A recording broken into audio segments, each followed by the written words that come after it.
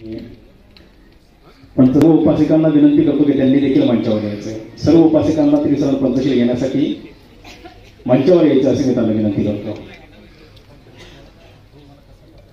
पंचशील बुद्ध विहार पंचशील संघ संत तुकाराम नगर या विहारातील सर्व महिला यांना मी विनंती करतो की त्यांनी मंचावर यायचंय आणि त्रिसरण पंचशील तसेच भीमस्तुती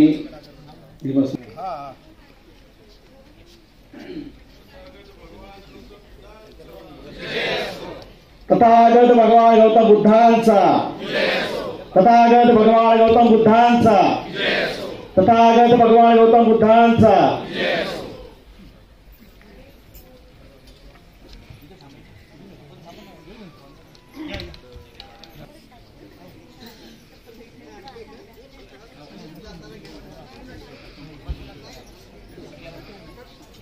सर्व महापुरुषांना सर्वप्रथम पंचांग प्रमाण. नमामि धम्मं नमामि संघं नमामि.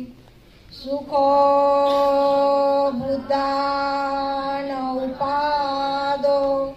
सुखासधम्मदेशना सुखा संघर्ष सामग्री समज्ञान तपो सुखो.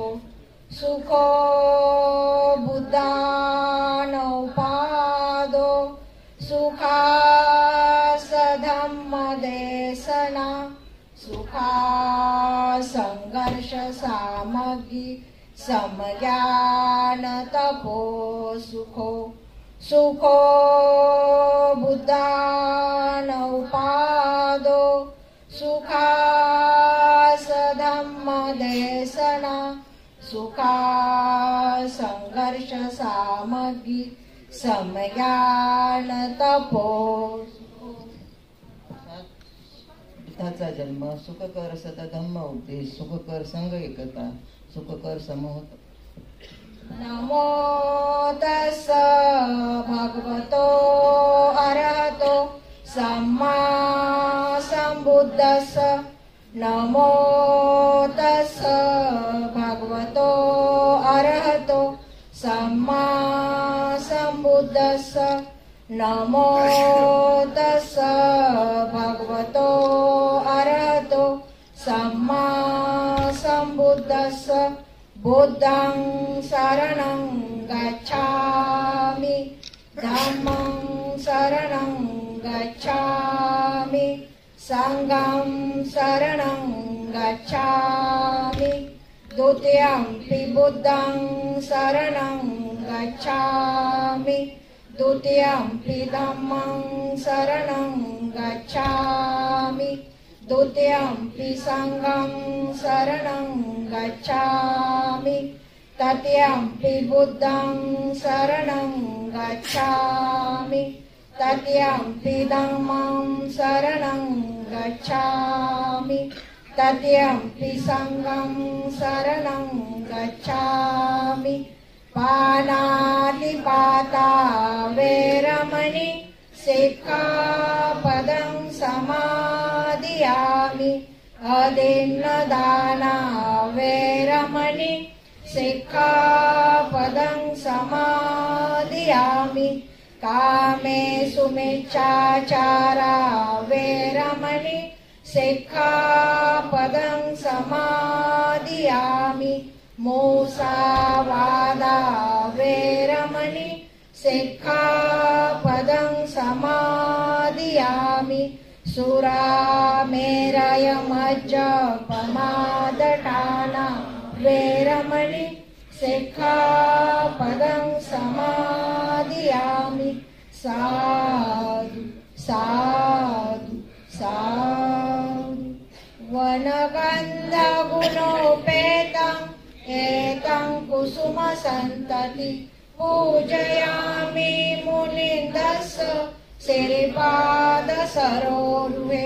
पूजयामि बुद्धं कुसुमेन नेन पुय्येन मेथेन लभामि मोक्षं पुष्पं विलायति यथा इदं मे कायो तथा यासि विनाशभाव घनसारपदितेन दीपेन तमदंसिना तिलोकदीपं सम्बुद्ध पूजयामि तमोनुदं सुगन्धिकाय वदन अनन्तगुणगन्धिन सुगन्धिनः गन्धेन पूजयामि तथागतं बुद्धं धम्मं च सङ्घं सुगततनुभव धातु धातुगव्ये लङ्काय जम्बुदीपे तिलसपुरवरे नागलोके चतुपे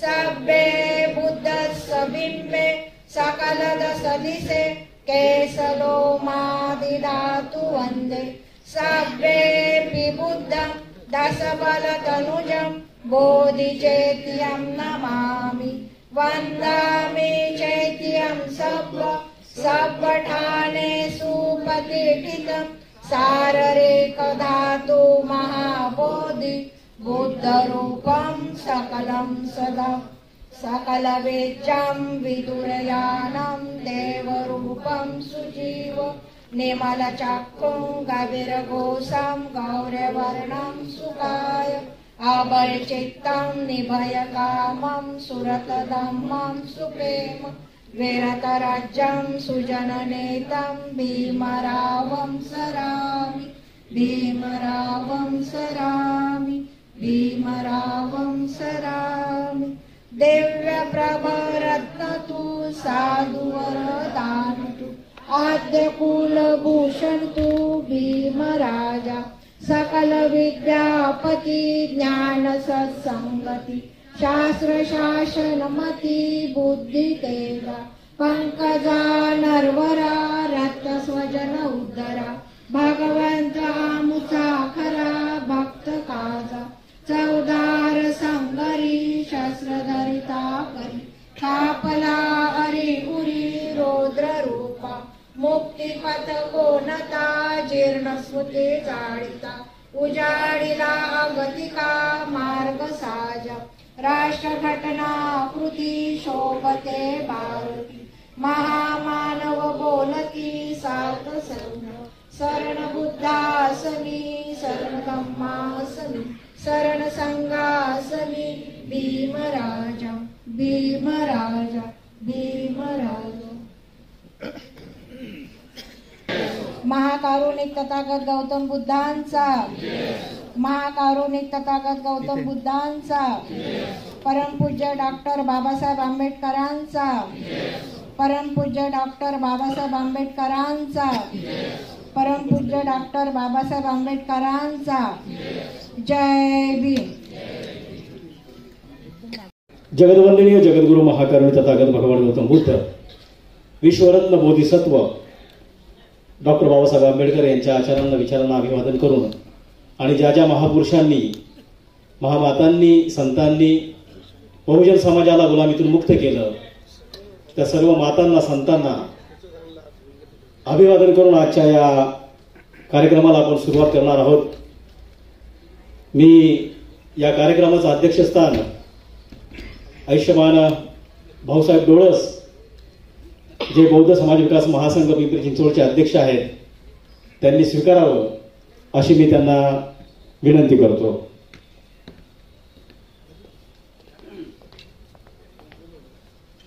आत्ताच विजयरावजी गायकवाड यांनी जी सूचना केली त्यास मी नामदेव वाळके अनुमोदन देतो.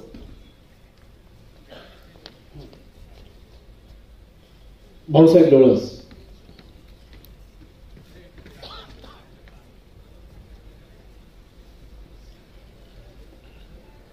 भाऊसाहेब उर्फ राजशेखर डोळस यांनी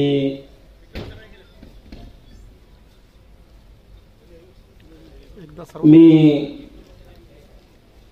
कार्यक्रमाच्या सुरुवातीला आपण सर्व महापुरुष आणि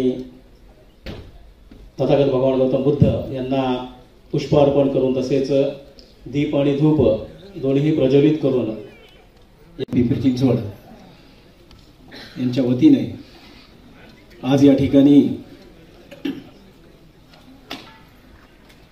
बौद्ध विहारांना एकत्रित करून करण्याचा एक कार्यक्रम करण्याचा हा एक प्रयत्न आहे आणि त्या कार्यक्रमाच्या माध्यमातून महापुरुषांच्या विचारांची प्रसार आणि प्रचार व्हावा हा एक महत्त्वाचा उद्देश घेऊन ही संस्था काम करत आहे. मी कार्यक्रमाची प्रस्तावना आयुष्यमान अनिल कुमार सूर्यवंशी यांना मी विनंती करतो की त्यांनी थोडक्यात आपल्या कार्यक्रमाची प्रस्तावना सादर करावी आपल्यासमोर.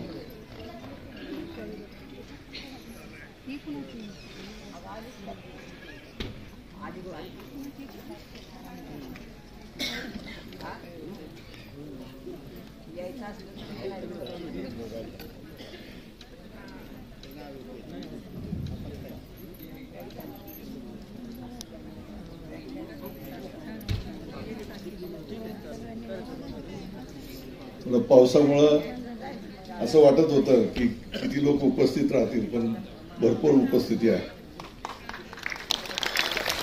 तुम्ही स्वतःसाठी टाळ्या वाजवल्या, पुन्हा एकदा मी म्हणतो म्हणून टाळ्या वाजव.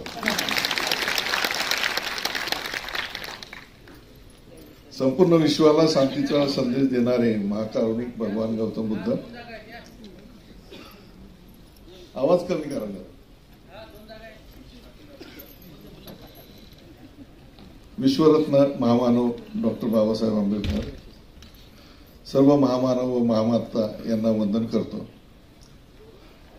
आमच्या बौद्ध महासंघाच्या सर्व कार्यकारिणी, आपण सर्व उपस्थित असलेले बौद्ध बांधव, बंधू भगिनी, सर्व विहारांचे प्रतिनिधी आणि कार्यकर्ते, आपल्या सर्वांना जय भीम, नमो बुद्धाय. मी आपल्या समोर बौद्ध समाज विकास महासंघाची भूमिका, त्याची उद्दिष्ट आणि भविष्यातील कार्यक्रम, जी ध्येय आपण ठरवलेली आहेत ते सांगण्यासाठी इथं उपस्थित आहे.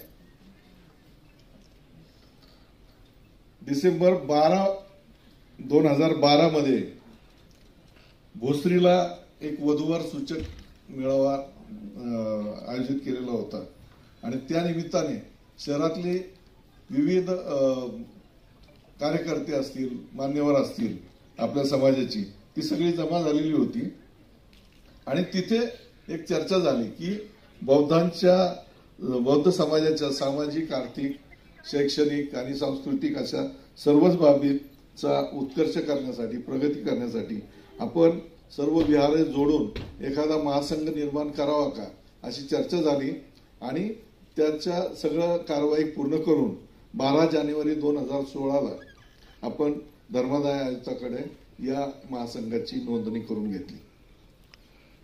महासंघ स्थापन झाला त्यावेळी जी समाजाची परिस्थिती होती, जी झोपडपट्टीतल्या गोरगरीब आपल्या बंधूंची परिस्थिती होती, त्यापेक्षा आजची परिस्थिती आणखी वाईट झालेली आहे असं खेदानं आपल्याला म्हणावं लागतं. कारण तुम्ही साधंच बघा की शैक्षणिक बाबतीत फार महाग शैक्षणिक कारणं झालेली आहेत. मुळात बालवाडीला सुद्धा लाख लाख रुपये फी द्यावी लागते, तर उच्च शिक्षणाची काय परिस्थिती असेल. नंतर सरकारचे वेगवेगळे उपक्रम जे आहेत, जसं याचे सारखे किंवा इतर कंपन्या, त्या बंद पडलेल्या आहेत, नोकऱ्या कमी झालेल्या आहेत. रेल्वे सारखं जे खातं आहे त्याचं प्रायव्हेट म्हणजे काय म्हणतात खाजगीकरण चालू आहे आणि या सगळ्यातून नोकऱ्या कमी होतात. शिवाय शासन जे आहे ते आपल्या आपसामध्ये भांडणं लावण्याचं, अनुसूचित जातीमधल्याच वेगवेगळ्या जातींमध्ये भांडणं लावायचं, उपवर्गवारी करणं वगैरे अशा पद्धतीचं कारस्थान करत आहेत. त्यातूनही तो जातीभेद चालू आहे. याशिवाय ही वर्गवारी तर आहे, शिवाय क्रिमी लेअर लावायचं असंही त्यांचा चर्चेमधनं प्रयत्न आहे. आणि याशिवाय काही अर्धवट राजकारणी मंडळी आर्थिक स्थितीवर आरक्षण द्यावं आणि जातीवर देऊ नये अशा पद्धतीचं वारंवार बळवत आहेत. ही परिस्थिती जी आहे ती फार विचित्र आहे. त्यातून अल्पसंख्याक मंडळी जी आहेत, मुस्लिम असतील, बौद्ध असतील, बौद्ध आणि इतर ख्रिश्चन वगैरे, त्यांनाही ठरवून चळलं जात आहे. म्हणजे आज त्यांचा नंबर आहे, उद्या कधी आपला नंबर लागेल हे सांगता येत नाही.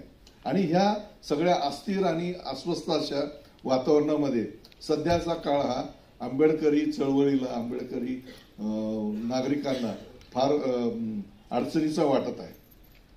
कठीण काळ झालेला आहे. आपण समाजात आजूबाजूला कामगारांचे प्रश्न वासून उभे आहेत, शेतकऱ्यांचे प्रश्न आहेत. नुकतीच ओल्या दुष्काळाची जी मोठा प्रलय निर्माण झालेला आहे त्यातली परिस्थिती बघा. मुकी जनावरं मेलेली आहेत, बऱ्याचशा शेतकऱ्यांचे हाल आहेत. आणि अशा सगळ्या परिस्थितीमध्ये आणखी एक गोष्ट म्हणजे आपल्या समाजाला लागलेलं व्यसनांचं जे ग्रहण आहे तो सुद्धा कठीण परिस्थिती आहे. दारूचं व्यसन असेल, अगदी आपल्या दारापर्यंत पोहोचलेलं ड्रग्जचं भयानक असं व्यसन असेल, या सगळ्यातून बौद्ध समाज गोंधळून जातो. यावर उपाय काय असेल तर उपाय आहे धम्माच्या माध्यमातून, आंबेडकरी विचारातून आपण एकत्रित येणं, संघटित होणं. आता बौद्धांची शैक्षणिक, सामाजिक, आर्थिक परिस्थिती अशी कशी सुधारेल आणि त्यांचं राहणीमान कोणत्या पद्धतीने बदलेल, चांगलं होईल, त्यांचे जे हक्क आहेत, अधिकार आहेत ते त्यांना सन्मानाने कसे मिळवून देता येतील, या सर्व प्रश्नांची जी उत्तर आहे ते उत्तर म्हणजे संघटन आहे. आणि या शहरासाठी जे मी मगाशी सांगितलं 2016 मध्ये बौद्ध समाज विकास महासंघ निर्माण झाला, त्या नावामध्येच आहे की बौद्ध समाजाच्या विकासाच्या साठी जे संघटन आहे, महासंघ आहे, तो निर्माण झालेला आहे. नावातच सगळं आहे. आपली बौद्ध विहार ही फक्त रविवारी किंवा जयंतीच्या दिवशी किंवा पौर्णिमेला उघडून तिथे फक्त वंदना करणे किंवा पूजा करणे अशी ती ठिकाणं नाही आहेत आणि ती नसली पाहिजेत. ही परिवर्तनाची केंद्र झाली पाहिजे. विहार ही संस्काराची केंद्र झाली पाहिजेत. विहार ही मैत्रीची केंद्र झाली पाहिजेत. विहार ही समाज बांधणीची केंद्र झाली पाहिजेत. विहार ही खऱ्याखुऱ्या मानवमुक्तीची केंद्र झाली पाहिजेत. आणि अशा प्रकारचे विहार, अशा प्रकारे आदर्शपणे काम करणारी बरीचशी विहार आपल्या शहरामध्ये आहे. त्याचा मला अभिमान आहे. आणि अशी विहार अजून निर्माण व्हावीत. सगळ्याच विहारांच्या एकत्रीकरणातून अशी विहार निर्माण व्हावी अशी आपली इच्छा आहे. आता ही जी विहार आहे ही आपल्या जी वरची जी उद्दिष्ट मी सांगितली त्याचबरोबर दुबळ्यांना आधार देणारी विहार असली पाहिजेत. नंतर गरिबांना शिक्षण मिळवून देणारी पाहिजेत. त्यांना व्यसनांपासून दूर नेणारी पाहिजेत. त्यांच्या जीवनामध्ये चांगले बदल करून त्याचबरोबर त्यांना समाजात, घरात आणि कुटुंबात एकमेकाशी कसं वागावं याच्या बाबतीत नातेसंबंध चांगल्या पद्धतीने हाताळण्याचं प्रशिक्षण देणारी विहार असली पाहिजेत. आणि त्या पद्धतीचं आपण एकत्रितपणे काम करणं गरजेचं आहे. म्हणजे सर्वांगीण अशी प्रगती बौद्धांची होणं गरजेचं आहे. हल्ली आपण पाहतो की लोकांना राग आवरत नाही. म्हणजे माझंही थोडंफार तसंच आहे, मला पटकन राग येतो. पण थोड्या थोड्या कारणाने वाद होतात, मारामाऱ्या होतात आणि ह्या रागाचं व्यवस्थापन आपल्याला करताच येत नाही. नकार सुद्धा आपल्याला पचवता येत नाही. हल्लीच्या पिढीला तर नकार पचवताच येत नाही. तुम्ही तुमच्या मुलांच्या बाबतीतले उदाहरणं लक्षात घ्या. मग अशा ज्या रागीट लोकांना हाताळता येत नाही, त्यांना स्वतःचा राग हाताळता येत नाही, अशा लोकांचं विहारामध्ये किंवा एकंदर समाजामध्ये असणं, एखाद्या व्यक्तीमुळे तो जर चिडचिड केलं तर पूर्ण वातावरण बिघडून जातं. त्याच्यासाठी पण मग काय होतं की बऱ्याच वेळा आपण स्वाभिमानाने आहे, मी फार स्वाभिमानी आहे असं जेव्हा म्हणतो तेव्हा ते हळूहळू हेकेखोरपणाकडे आपण कसे जातो हे आपल्या लक्षात येत नाही. हे बऱ्याच विहारांमध्ये, बऱ्याच ठिकाणी, बऱ्याच संघटनांमध्ये होतं. आणि बऱ्याच वेळा काय होतं की आपण एखादं काम करतोय आणि काम करताना एखादी व्यक्ती तुम्हाला म्हणले तुम्हाला काय कळत नाही, तुम्ही बाजूला बसा. तर आपण थोडा विचार केला पाहिजे की हे वाक्य तुम्हाला काय कळत नाही, तुम्ही गप्प बसा, हे वाक्य आपल्याला घरात दर दिवसाआड ऐकायला मिळतंच की त्याचं एवढं काय वाईट वाटून घ्यायचं. आपल्या घरामध्ये कुणी ना कुणी आपल्याला हे बोलत असतं. आता बरीच लोक हसतात, त्यांच्या लक्षात आलंय. तर आपण थोड्या गोष्टी सोडून द्यायचा तो पण प्रयत्न केला पाहिजे. आता काल परवा एक भाषण ऐकलं मी, त्याच्यात ऐकलं की धर्मादाय आयुक्ताकडे धार्मिक संस्थांच्या ज्या तक्रारी आहेत, भांडणं आहेत किंवा केसेस आहेत, त्या सगळ्यात जास्त केसेस या बौद्ध विहारांच्या आहेत. किती आनंद वाटला ना ऐकून. का असं होतंय? म्हणजे बौद्ध विहारांचे भांडणं असे एवढ्या प्रमाणात होतात. आपण बौद्ध धर्माचं पालन करतो, जगाला शांतीचा संदेश देणाऱ्या बौद्धाच्या तत्वज्ञानाप्रमाणे आपलं आचरण अपेक्षित आहे. असं असताना बरं, समोरची व्यक्ती आणि आपण, म्हणजे जो दुसरा ग्रुप असेल किंवा पहिला ग्रुप असेल, या दोघांचा उद्देश काय आहे? धम्म प्रचार करायचा, धम्माप्रमाणे आचरण करायचं, तरी सुद्धा भांडणं होतात. आणि ह्याचं आपण कसं काय समर्थन करू शकतो हे मला लक्षात येत नाही. म्हणजे आपण पुन्हा प्रत्येकाने आपलं आपलं आत्मपरीक्षण करावं. कुठं जिथं वाद असतील तिथं इतरांनी कुणीतरी मध्यस्थी करून ते संपवले पाहिजेत, ही कळकळीची विनंती आहे. शहराच्या दृष्टीने ते एक म्हणजे चांगली गोष्ट होणार आहे. सत्याचा व हा आपला जो बौद्ध धम्म आहे तो म्हणजे जगण्याची आदर्श पद्धती जी आहे, सत्याचा व प्रेमाचा मार्ग आहे. असे असताना आपण भांडणं करणं आणि कोर्ट कचऱ्यामध्ये आपला वेळ आणि पैसा घालवणं, तोच जो पैसा आपल्या चांगल्या निर्मितीसाठी झाला तर फार चांगली गोष्ट आहे. आता एकत्र येणं हाच त्याच्यासाठी एक चांगला मार्ग आहे. म्हणजे आता माझं आणि महासंघाच्या सगळ्यांच्या वतीने मी सांगतो की आम्ही अपील करतोय, प्रत्येक आमचे पत्रकार सुद्धा आहे, आमच्या म्हणण्यापेक्षा आपल्या याच्यात आहे की तुम्ही ज्या संस्थेमध्ये काम करताय, ज्या विहारामध्ये काम करताय, ज्या पदावर काम करताय ते करत राहा. मात्र वरच्या लेवलला, शहराच्या पातळीवर समाजाच्या भल्यासाठी, समाजाचं कल्याण व्हावं याच्यासाठी आपण एकत्रितपणे मोठे कार्यक्रम घेण्यासाठी म्हणून एकत्र येणं आणि त्याच्यासाठी तुम्ही महासंघाचा सभासद होणं हे गरजेचं होणार आहे. काल माझी संजय उबाळे सरांशी बोलणं झालं. त्यांनी विविध आपल्याला जे एकत्र यायचं विहारांच्या माध्यमातून, तर त्यांचे ग्रुप कसे असावेत, त्यांचं ऍडमिनिस्ट्रेशन कसं असावं, त्याची यंत्रणा किंवा नेटवर्क कसं असावं, त्या बाबतीत ते बोलतीलच. मुळातच या ठिकाणी आता माझ्यानंतर विहारांचे जे प्रतिनिधी आहेत, आपण निवडकच आहेत कारण आपल्याला वेळेचं बंधन आहे, निवडक लोकांनाच आपण बोलायला सांगणार आहे प्रतिनिधींना. त्यांना विनंती आहे की विहार संघटन काळाची गरज, मी पुन्हा विषय सांगतो, विहार संघटन काळाची गरज या विषयावरच, तेही फक्त 3 ते 4 मिनिटं आपण बोलणार आहोत. त्याची नावं पण फायनल झालेली आहे आणि त्या संघटन या विषयावर आपल्याला बोलायचं आहे. आता संघटनाच्या बाबतीत राष्ट्रसंत तुकडोजी महाराज यांनी त्यांच्या ग्रामगीतेमध्ये एक लिहिलेलं आहे, हत्तीस आवरी गवती दोर, मुंग्याही सापास करती जर्जर, रानकुत्रे संगोटवणी हुशार, व्याघ्र सिंहासी फाडती. म्हणजे ज्यावेळी काही गवताच्या काड्या एकत्र येऊन त्याचा दोर तयार होतो त्यावेळी ते हत्तीला देखील आवर घालतात. मुंग्या ज्यावेळी संघटित होतात त्यावेळी त्या सापाला देखील जर्जर करून सोडतात. रानकुत्रे एकत्र आले तर ते व्याघ्र म्हणजे वाघ आणि सिंहाला देखील भारी पडतात.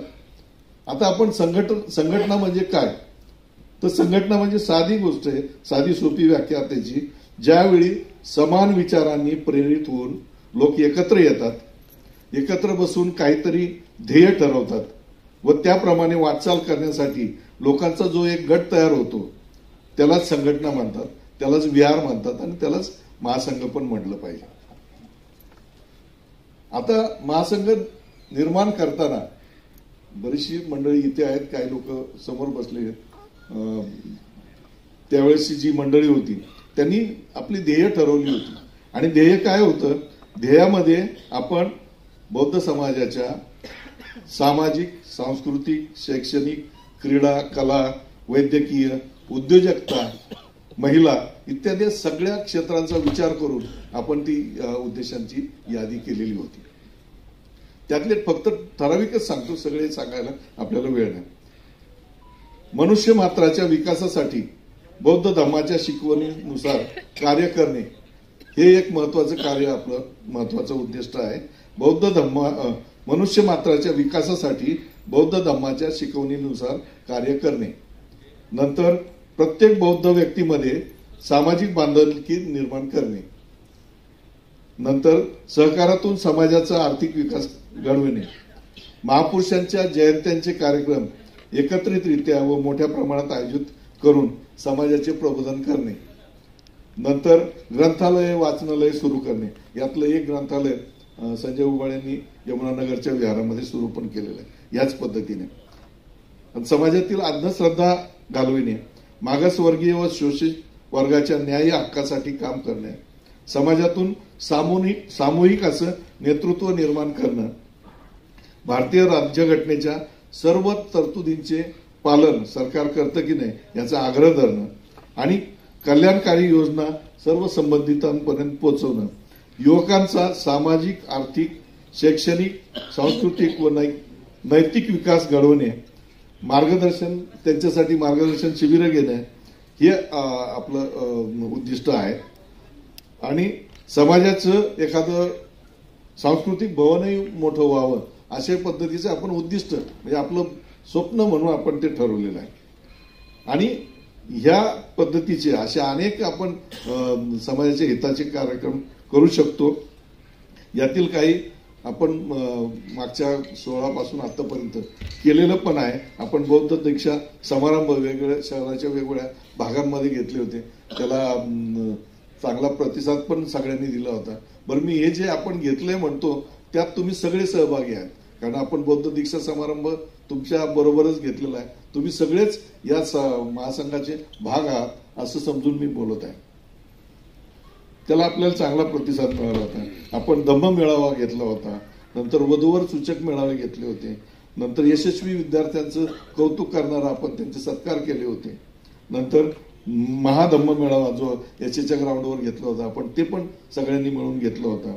बजेट जे शासनाकडे जो पैसा येतो तो आपल्या समाजाचा त्यातला वाटा आपल्याला जास्तीत जास्त मिळावा याची आपल्याला साक्षरता व्हावी याच्यासाठी आपण बजेटची कार्यशाळा पण घेतली होती सगळ्यांसाठी.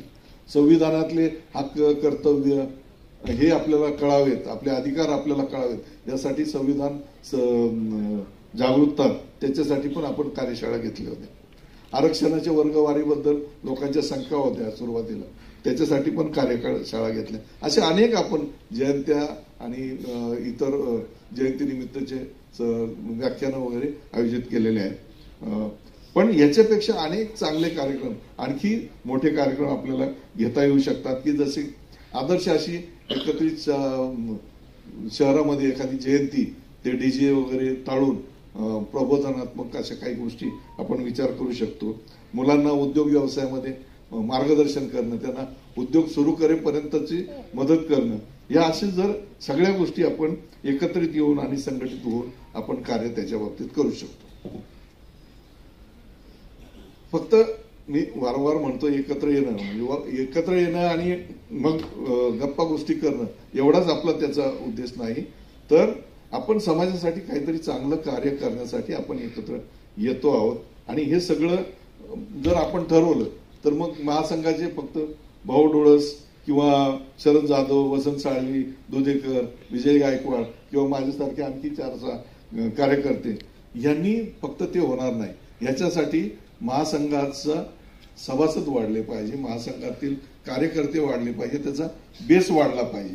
आणि जर नेटवर्क व्यवस्थित वाढलं तरच आपण हे कार्य समाजाच्या दृष्टीने समाजासाठी आपण करू शकतो. बरं, हे का म्हणतोय मी, तुम्हाला माहिती असेल की पिंपरी चिंचवड शहरामध्ये सगळ्यात चांगली जयंती महानगरपालिकेच्या लेवलवर ती जयंती फक्त पिंपरी चिंचवडमध्येच होते. महाराष्ट्रात एवढ्या मोठ्या प्रमाणात कुठं होत नाही. याशिवाय पिंपरी चिंचवडमध्ये धम्माचं कार्य तसेच सामाजिक कार्यामध्ये पिंपरी चिंचवड मोठ्या आघाडीवर आहे, पुढेच आहे. आणि म्हणूनच आपल्याला आणखी त्यात आदर्श निर्माण करायचे, चांगले कार्य करत राहायचं आहे. म्हणून आपण संघाचा बेस वाढला पाहिजे, तुमचा त्यांच्यात सहभाग वाढला पाहिजे. तुम्ही फक्त उपस्थित राहण्याऐवजी त्या नियोजनामध्ये तुमचा सहभाग असणं गरजेचं आहे. आणि त्यात विशेष म्हणजे तरुणींनी तिथं पुढे येऊन कार्य करण्यासाठी पुढे आलं पाहिजे.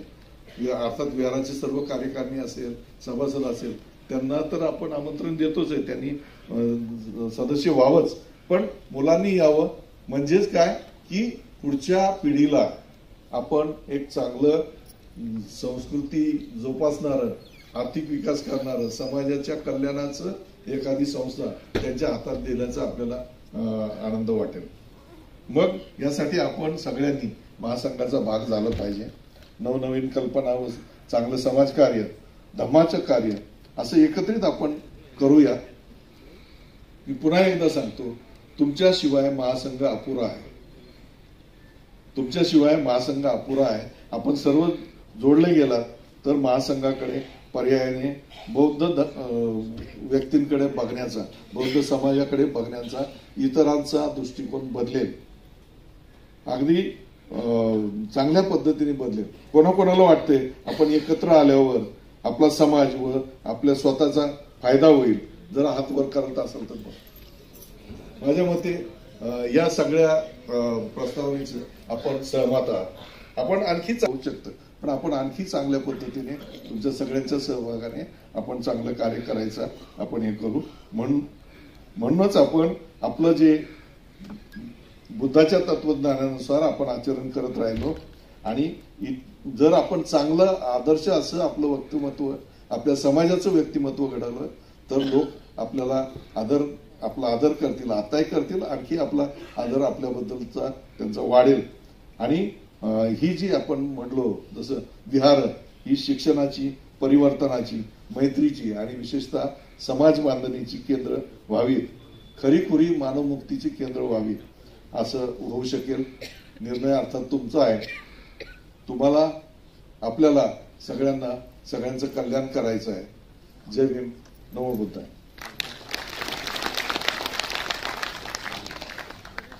भूमिका काय आहे ती आपण मांडली. खरं पाहता कार्यक्रमाची सुरुवात जी झाली आपली ती धम्मपदाने झाली आणि ती धम्मपद असं होतं की सुखो बुद्धान उत्पादो सुखा सद्धम्म देसना सुखा संगस सामग्री समगानम तपोसुखो. काय अर्थ होतो याचा? सुखद बुद्धाचा धर्म, सुखकर सद्धम्म उपदेश, सुखकर संघाची एकता जी आता इथं आहे, सुखद समूह तपस्या. कुठलाही संघ असेल किंवा कुठलाही मंडळ असेल, हे जर स्थापन करायचं असेल तर त्याला एक विशिष्ट उद्देश लागतो आणि त्या उद्दिष्ट पूर्तीसाठी मनुष्यबळ लागतं.